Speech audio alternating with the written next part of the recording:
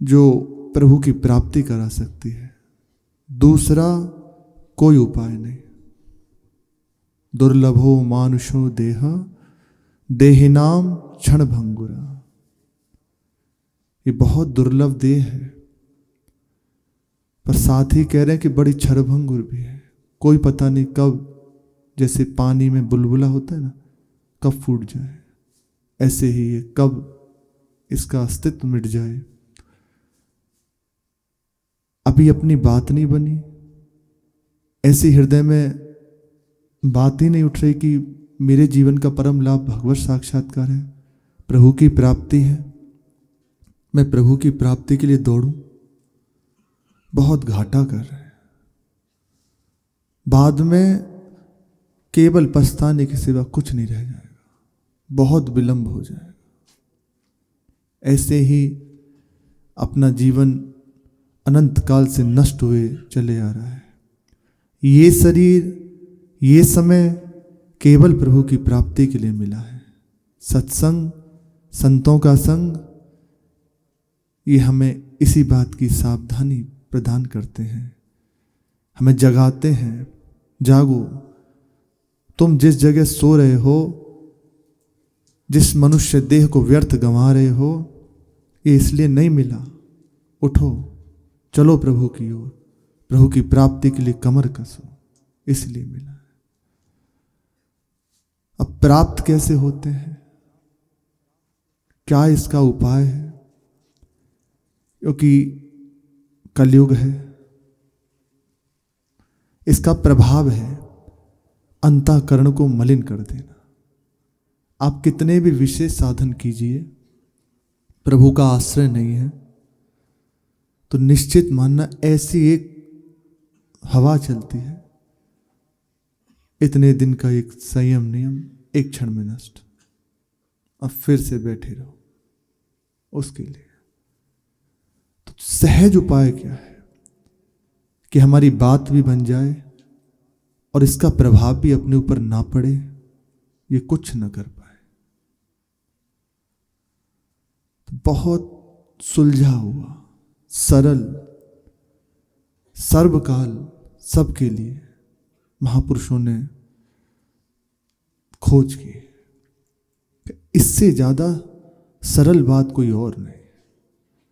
कलयुग केवल नाम आधारा, सुमेर सुमेर नर उतरहि पारा। इस नाम को पकड़ लो, दूसरी कोई बात नहीं कह रहे, तुम बस नाम पकड़ लो।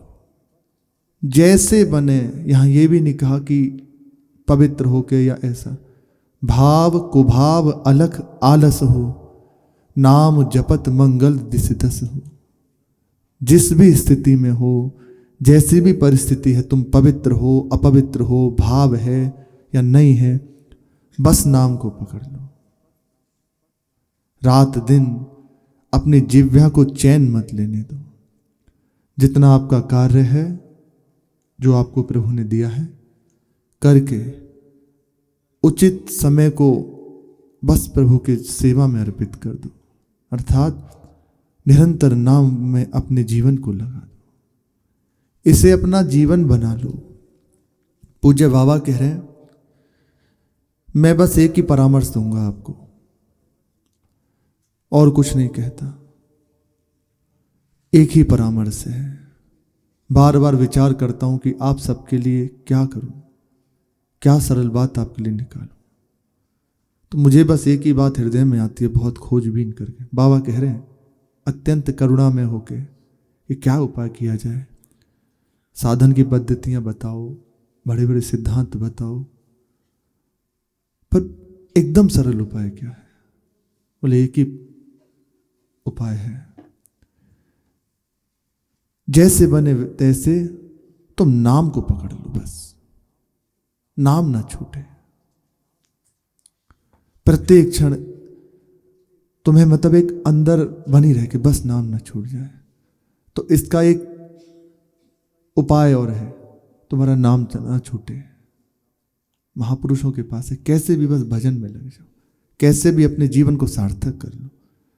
बोले एक काम कर लो, यदि निरंतर नहीं कर सकते तो एक बात हमारी मान लो, एक नियम ले लो आज से कि प्रत्येक 5 मिनट में, अर्थात 5 मिनट हमारी, जैसे अभी बोला राधा, अब 5 मिनट जाएंगी नहीं खा, अगली 5 मिनट जैसी होगी ना, हमें राधा बोलना है। ये बात अपने अंदर बिठा लो बस। प्रत्येक 5 मिनट में मुझे स्मृति करनी है प्रभु की।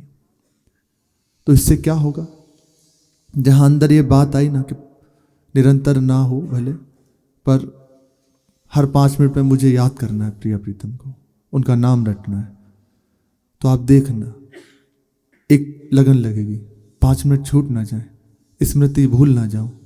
अब वो निरंतरता में आप सुते आ गए, समझ रहे?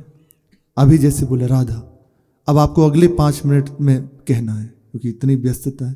तो बाबा कह रहे हैं बस इतना नियम ले लो, 5 मिनट हमारी खाली नहीं जाएगी। तो इनका जो आंतरिक भाव है बाबा का, वे कह रहे हैं अंदर तुम्हारी स्मृति बन रही है ना, 5 मिनट खाली नहीं गई, खाली ना जाए मेरी। तो इसके बीच में जो अंतराय हुआ राधा और अगली 5 मिनट के बीच में, तो आपका चिंतन क्या बन रहा है, मुझे अगली 5 मिनट में नाम लेना है, तो वो युक्त हो गए। इस तरह आप स्वतः देखना अपने जीवन को, निरंतर आप भजन में लग जाओगे, आपका भजन अखंड रूप से चलने लगेगा। हृदय में दृढ़ विश्वास प्रभु के चरणों का हो, बस कैसी भी परिस्थिति हो कभी घबराए ना, और मुख से नाम का रटन, एकदम सार बात है, एकदम सार। बोले आप अपने जीवन का परम लाभ पालोगे। जो मनुष्य देह का चरम फल है भगवत साक्षात्कार, वे पालोगे। नहीं तो बहुत दुख उठाए हैं, अभी भी प्रभु से विमुख होकर बहुत दुख उठा रहे हो,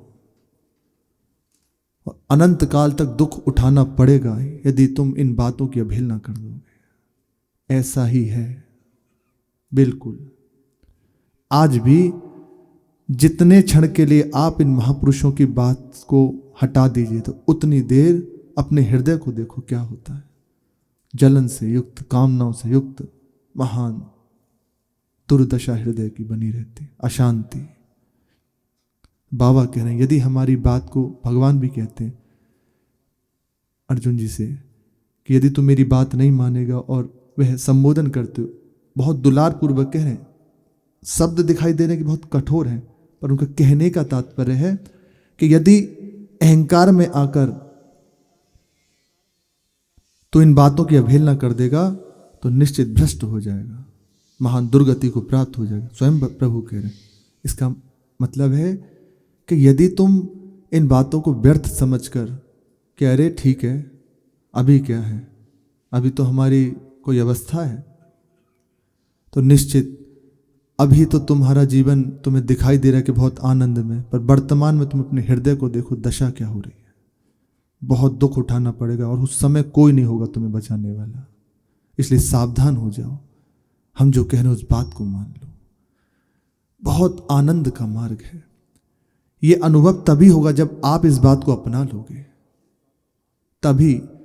कोई बता ही तो सकता है, स्वीकार ना करो तो आपकी बात है। इस बात को पकड़ लो, हृदय में दृढ़ता। बस जीवन का परम लक्ष्य यहां से प्रारंभ होता है, प्रभु की प्राप्ति है। कैसे होगी? महापुरुषों की कृपा से। महापुरुष जन जो ही आप उनके आश्रित होते तो सबसे पहला कार्य करते हैं, नाम का दान कर देते हैं। ये नाम रात दिन यही उनकी भेंट है। छूटे ना एक क्षण के लिए भी, एक भी क्षण तुम्हारा नाम चिंतन ना छूटे, बस। तो इसीलिए बाबा कह रहे हैं कि तुम उपाय हम तुम्हें बता देते हैं, निरंतर कैसे होगा।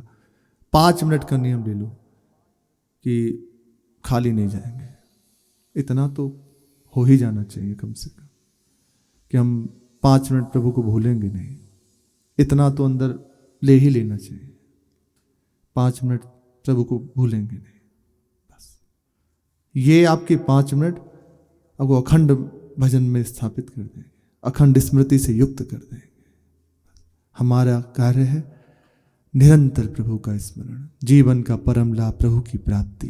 वे इसी से सहज हो जाए। सबसे सरल उपाय, इससे कोई सरल उपाय नहीं।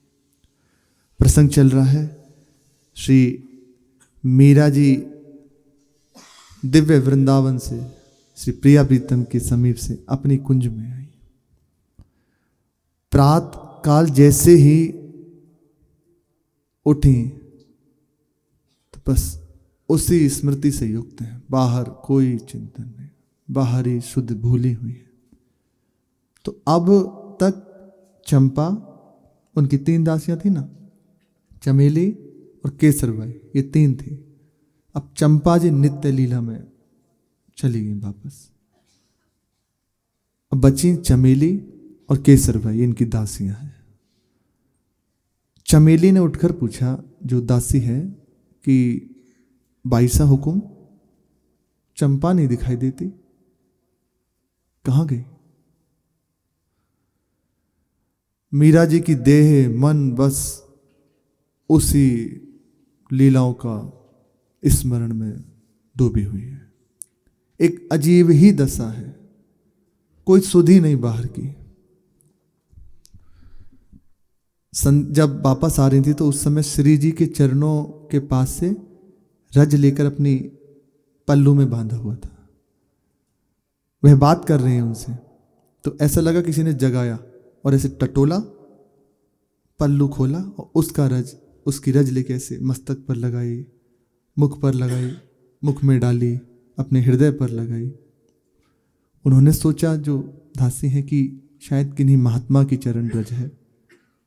वे समझ नहीं पाए कि अभी ये यहाँ नहीं है, अभी ये अपनी अवस्था में नहीं है। उन्माद अवस्था को इस समय मीरा जी प्राप्त है। कोई बाहर सुनी, बात कर रही हैं, पूछ रही हैं, पर कोई उसका उत्तर ही नहीं। बस उन्हीं नामों का संकेत कर रही हैं बार बार, दासियों से भी, ललिता, चंपा। और वह विचार करने की ललिता कौन है, ये चंपा कौन है, बार बार पूछते हैं। ललिता आ गई? अभी कितनी देर है, मुझे जाना है वहां। अब उनकी समझ ही नहीं आ रहा कि ये कहना क्या चाहते हैं, कहाँ हैं, क्या बोल रहे हैं। और बड़े परेशान उनके हृदय में आया कि हमारी बाईसा को कोई रोग हो गया है, उन्माद का रोग हो गया है। बार बार बस आंखों से आंसू, क्या करूं, कैसे ठीक करूं इन्हें। कभी रोती हैं, कभी हंसते हैं, कभी शरीर की एक विचित्र दशा हो जाती है, सिकुड़ जाना, कभी लंबे लंबे हाथ पैर हो जाते हैं। ये प्रेम की दशाएं हैं ऐसी। और वो सब हृदय में घबरा रही, क्या करूं, कैसे करूं, कैसे संभालूं इन्हें। ये देश भी दूर है, अनजान देश है, और उनकी भाषा भी समझने वाला यहाँ कोई नहीं। राजस्थानी भाषा के बोलते हैं ना, वृंदावन धाम, यहाँ कोई समझने वाला नहीं। कहाँ से वैद्य लेकर आऊं। अब हृदय में बड़ी चिंता उनके, कोई उपाय नहीं सूझा। बस अब बैठे रो रहे हैं, बार बार बस वो जैसे उनसे कोई बात करो या पूछो तो पास बुलाते हैं, यही नाम लेकर, ललिता, चंपा, बस ऐसे संबोधन करें। कोई बाह्य दशा का ज्ञान नहीं। रात हो गई, ललिता जो आ गई। वो बार बार विचार करी, ललिता, चंपा है कौन, अब इन्हें संभालूं कैसे मैं। अब अंदर से बहुत गुस्सा कर रहे हैं दासी जी कि ये पता नहीं चंपा भी कहां चली गई, ऐसी अवस्था में हमें छोड़कर। वह होती तो आखिर संभाल लेती बाईसा को, वे भी इस समय जाने कहां चली गई। उसका पति जब जैसे आता, शंकर नाम था, उनसे कहती, जाओ किसी वैद्य को ढूंढ लाओ। पर यह रोग वैद्य से दूर नहीं होता, इसके तो वैद्य सावरियां हैं। मीरा जी कहती हैं कि अपने पद में, जावेदा घर आपने, तुम्हा सुनाम न ले। वैद्य जा, तू मेरा नाम मत ले, मुझे देखकर तू मेरे रोग को ठीक नहीं कर सकता। तुम्हासु नाम न ले, तू नहीं जानता मुझे कौन सा रोग है, तू नहीं समझ पाएगा। मैं तो दाझी विरह की, रे तू काहे को दारू दे।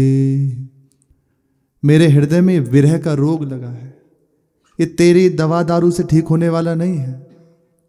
तू जा। मूरख वैद मरम नहीं जानत। नारी पकड़ी, पूछा कहीं दर्द है या कष्ट है, अब उसकी समझ ही नहीं आ रहा कि उसे परेशानी क्या है। मीरा जी कहती है मूरख वैद मरम नहीं जानत, कसक कलेजा मां। ये जो कसक है, ये कष्ट है ना, ये कलेजे की है। और ये कष्ट बस दूर होता है तो वैद्य सांवरिया हो, दूसरा इसका कोई वैद्य नहीं। विरही का जो कष्ट है वे उसके जब प्रेमास्पद मिलते हैं, एक क्षण के लिए मिल जाए, नेत्रों के सामने आ जाए, बस दूर नहीं है, पर यही अद्भुत बात है। अटपटी बात है प्रेम की, ये अटपटी बात है, सामने है। वो कहते हैं एक बार बस देख लो। पति से कहती हैं जाओ, अपने पति से जाओ जाओ किसी वैद्य को ढूंढ लाओ। वह जाता, थका हुआ सब ओर से, फिर अपने वापस असफल। कहाँ जाए, किसको ढूंढे, किससे मिले, किससे बातें करे। फिर भी जितनी बस है, बोलना जानते नहीं यहाँ की भाषा, कोई परिचय नहीं किसी से, नवीन है उनके लिए स्थान। केवल नेत्रों से पहचान करनी है। अपनी बात यदि किसी को बतानी है तो इशारों से या नेत्रों से बतानी है। उनकी बात नहीं समझ सकते और अपनी बात कह नहीं सकते। ऐसी वह जैसे ही संध्या में आता, थका हुआ, अब वह बिना कुछ पूछे गछे शुरू हो जाते। मिला वैद्य, वो निराश होकर खड़े। चंपा मिली, निराश हुए खड़े। और वो चालू, क्योंकि उनके भी हृदय इस बात से दुखी है कि कैसे बाईसा को ठीक करूं। कोई राग द्वेष की बात नहीं, कोई और क्रोध नहीं, इस बात से हृदय दुखी है, कैसे बाईसा को ठीक करूं, क्या करूं। इनकी अवस्था बिगड़ती जा रही है, कोई उपाय नहीं सूझ रहा। एक जो सखी थी, चंपा थी, वे समझ लेती थी, वो भी है नहीं, पता नहीं कहाँ चली। अब और दुख, अब रोने के सिवा कोई उनके पास उपाय नहीं। कहती जैसा तुम्हारा नाम है वैसे ही हो तुम, बिना भांग धतूरा खाए नशा चढ़ा रहता है। गुस्से में कुछ भी बोले, चुप, बस मौन, क्योंकि वो जान रहा है कि इस समय ये अपने ये होना चाहिए। ये तो एक प्रसंग है, पर वास्तविक जब उपासना में चला जाता है तो निश्चित मानो परिस्थिति जीवन में आती है। ऐसी परिस्थितियां आती हैं कि एकदम विचलित हो जाओ आप। उस समय उसे संभालने की आवश्यकता है, ना कि आपकी वाणी, आपकी दृष्टि, आपकी चेष्टा ऐसी हो इससे उसका हृदय दुखी हो जाए, वे निराश हो जाए। नहीं, जहां कोई भी उपासक हो, कुछ भी हो सकता है, कभी भी हो सकता है, क्योंकि भगवती माया अत्यंत बलवान है, भगवान की ही है ना। जब तक पूर्ण आश्रय नहीं हो जाता, जब तक भगवत साक्षात्कार नहीं हो जाता, ये बना रहता है। बड़े बड़े जिनको प्रभु का दर्शन नहीं हुआ, जो पूर्णता को प्राप्त नहीं हुए हैं, भय बना रहता है। बड़े बड़े साधकों को भी अपना कार्य वैसे एक है, यही है हमारा कोई भी ऐसा व्यवहार ना हो जिसके कारण उसका हृदय दुखे। उसके हृदय में ये ना आए कि मैं किसी योग्य नहीं, सबके द्वारा ठुकराया हुआ हूं। निश्चित मानना, कोई उपासक यदि दुखी हुआ ना किसी की भी चेष्टा से, तो अंदर का दुख वो बहुत दुखदाई होता है। जैसे हमारे द्वारा किसी को कोई कष्ट पहुंचा, वह अंदर से दुखी हो गया, वे ठीक नहीं, उपासना बाधित हो जाएगी, पक्का बाधित हो जाएगी। और अगर यदि आप उसे संभालते हैं, ऐसे वचन उससे कहते हैं, देखो चिंता मत करो, अरे स्थिति है, परिस्थिति है, आती है, ये प्रत्येक परिस्थिति प्रभु की ओर बढ़ाने के लिए, क्योंकि भगवद आश्रित जो हो गया वह कैसी व्यवस्था आ जाए उसका पतन नहीं हो सकता, वह गिर नहीं सकता, दिखाई देगा। पर इसका ऐसे उदाहरण लेना चाहिए कि प्रभु की हाथ की गेंद है, बॉल है, जब वह गिर रहा है तो समझ लीजिए नीचे थपकी मार रहा है। तो थपकी मारने का उनका मतलब है कि एक ऐसी उसमें प्रहार होगा, सीधा अपने गोल पे लक्ष्य, सीधा गोल को पालेगी। ये हमारा कार्य बस उसे संभाले, इससे प्रभु की प्रसन्नता मिलेगी। वह संभले ना संभले ये तो प्रभु जाने, पर हमारा पूरा कार्य यह हो कि उसको संभाला जाए।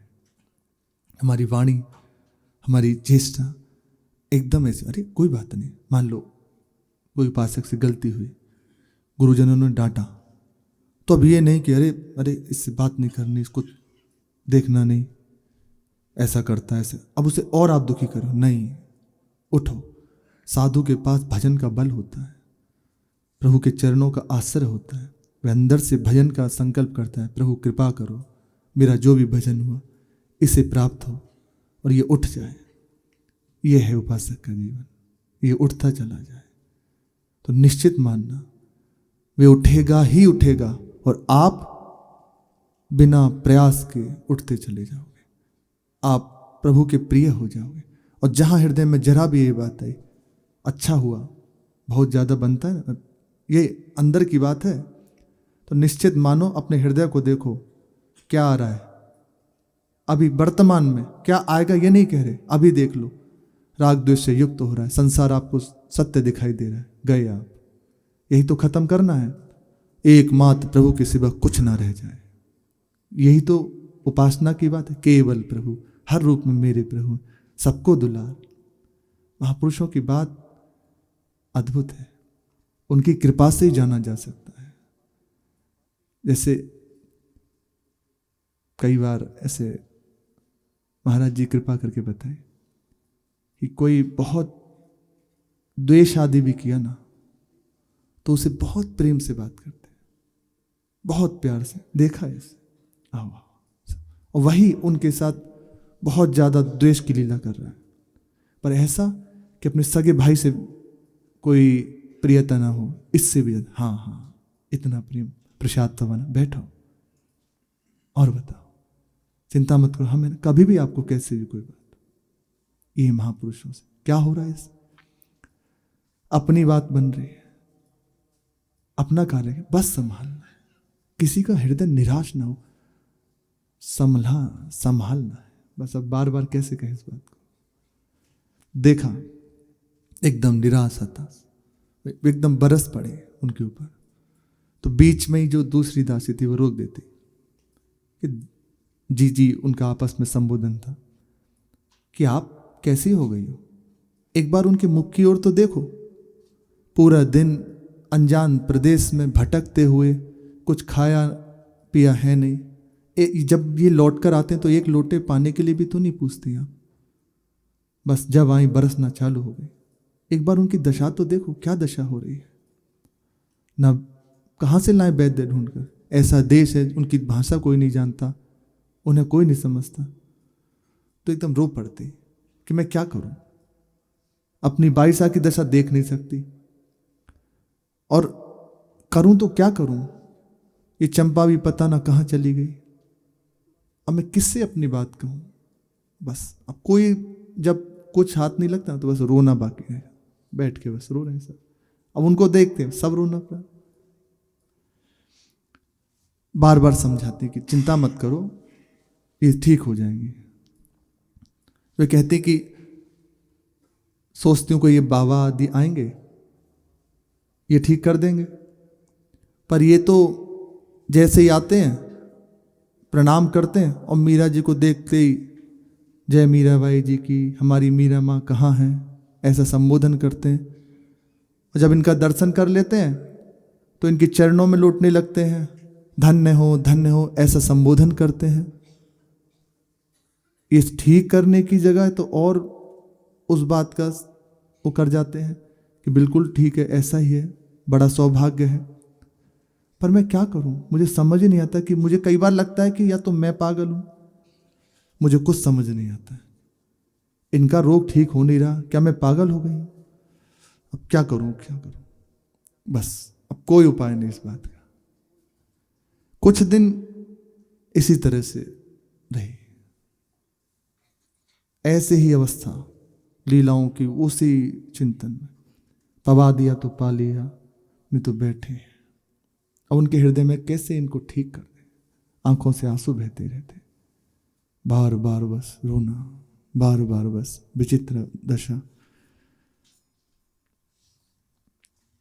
चित दे सुनो श्याम प्रवीण, एक सूरदास जी ने वर्णन किया कि कैसी अवस्था होती है प्रभु के विरही की।